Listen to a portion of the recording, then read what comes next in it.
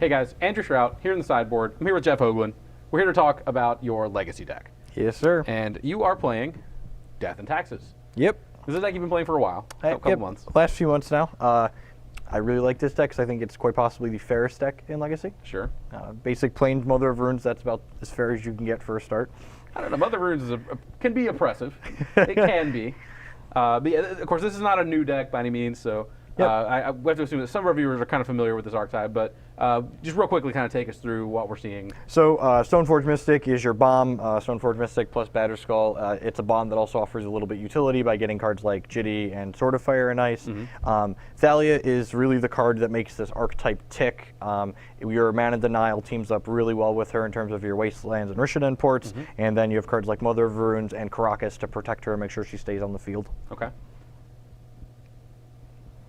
Flicker Wisp is just a great utility card in this deck. It gets to reset things like Phyrexian Revoker if you want to name something else later. It gets to recheck your Stoneforge Mystic to get additional piece of equipment. With an Aether Vial on 3, it allows you to save cards from removal. And with Containment Priest out of the sideboard, it allows you to permanently exile opposing creatures. Nice, nice.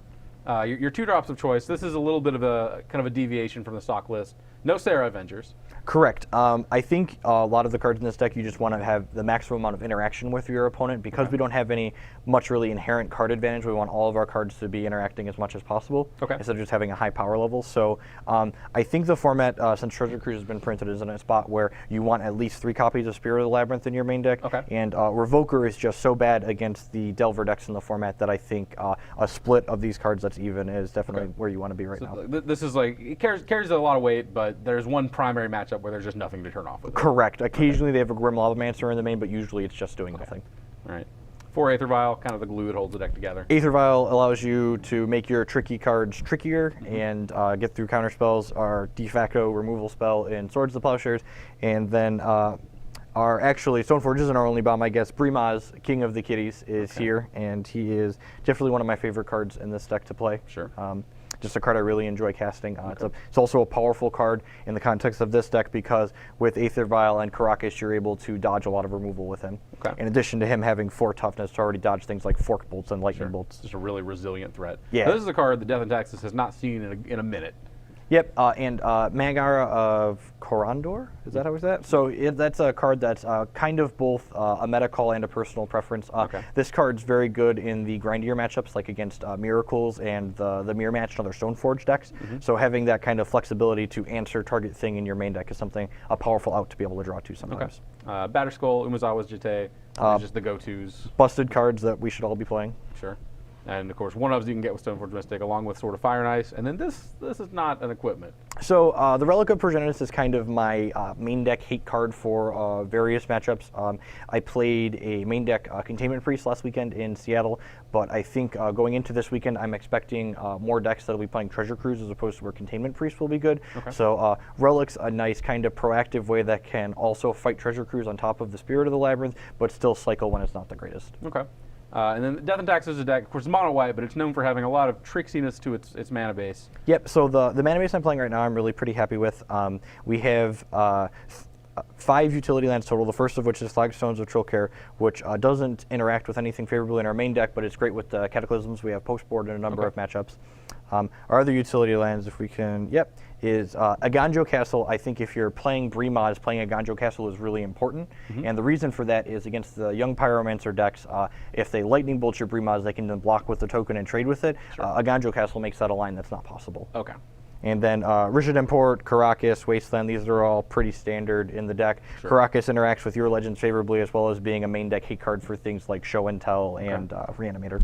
And then we have our basic planes. All hail the basic planes. 10 whole basic planes. It is the reason to play the deck. We don't get stifled. We don't really get wastelanded. We don't take damage from our lands. In fact, taking damage from our lands, one of the lands you'll see in the mana base of Death and Taxes a lot of times is a number of Horizon Canopy. And I think there's enough Lightning Bolts and Monastery Swift Spears running around that I just don't want to be taking damage from my lands right now.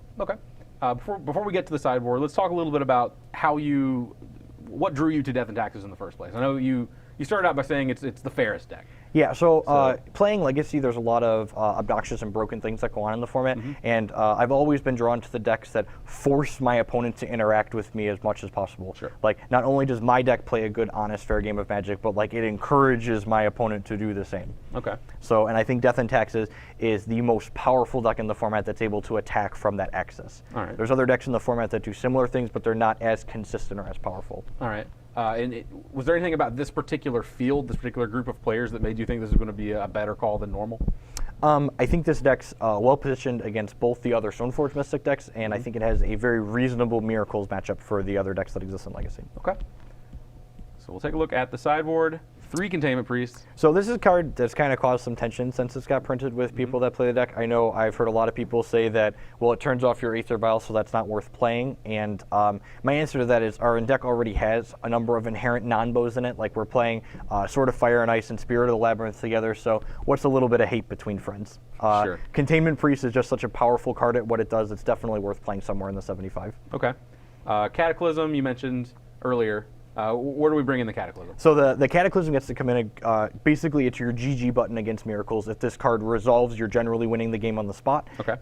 It also is phenomenal against Elves because it doesn't kill your hate cards like Phyrexian Revoker and Spirit of Labyrinth because they're artifacts and enchantments, which Cataclysm lets you keep on top of keeping another creature. Okay. And then 2 Council's Judgment. Council's Judgment is our we don't want to get railed by True Name Nemesis card. Okay. So we need at least some way to interact with that in the 75. By playing Council's Judgment for that slot, we also get an additional way to remove counterbalances and Jaces in the Miracles matchup, as well as pieces of equipment in the Stoneforge matchup. Okay. 2 Enlightened Tutors to kind of turn a couple of 1-ofs into 3-ofs, virtually. Yeah, so the Enlightened Tutor allows us to, I wasn't sure how many people were going to be playing combo going into this format. I know one of the competitors traditionally plays Omnitel, so I didn't want to cut Aethersworn Canonist entirely. Okay. So by playing Enlightened Tutor, we're able to get a couple more copies of that card into the deck. Okay. Enlightened Tutor offers a ton of flexibility in this deck against the Blue-Red Delver deck post-board, because it finds cards like Absolute Law, and if we flip to the next one, excuse me, we have Ratchet Bomb and other cards like that in the sideboard that I can pick up as well. Yeah. In addition to finding, it's kind of acts as Stoneforge Mystics 5 and 6 to find copies of Jitty when you really need it. Oh, sure. Okay. Sunlance here is kind of that 5th removal spell slot. Historically, Death and Taxes has often played Path to Exile in this slot, but because Blue-Red Delver is now playing anywhere between 1 and 3 basic lands, ramping them in that matchup is very bad. So I think this slot should be either a Gut Shot or a Sunlance, and this weekend I'm choosing to play Sunlance because killing Flip Delvers is very valuable. Okay. Pithing Needle is another card for the Miracles matchup that you get to find with Enlightened Tutor. All right. And then we have Ratchet Bomb in the sideboard. This is kind of our mono-white engineered explosives, I like to refer to it as. It's phenomenal in the Blue-Red Delver matchup because it'll mop up all the tokens as well as the Flip Delvers, and it offers a great amount of utility against Miracles because it can kill an Entreat when they Miracle off the top, as well as ticking up to kill counterbalances and Jaces. Okay. Second Relic to round out the board. Like I said, if I wasn't playing one in the main deck, I would definitely have 2 copies on the board.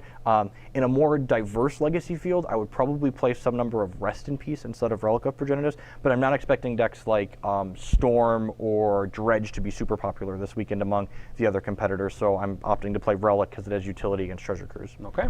All right. Well, it looks like you are well prepared to kind of force your opponents to play a little fairer than they're maybe used to. Yep. Thanks for coming in and kind of talking through it with us. Thanks for having me. Stick around. We've got plenty more coverage of the Players' Championship here in Roanoke.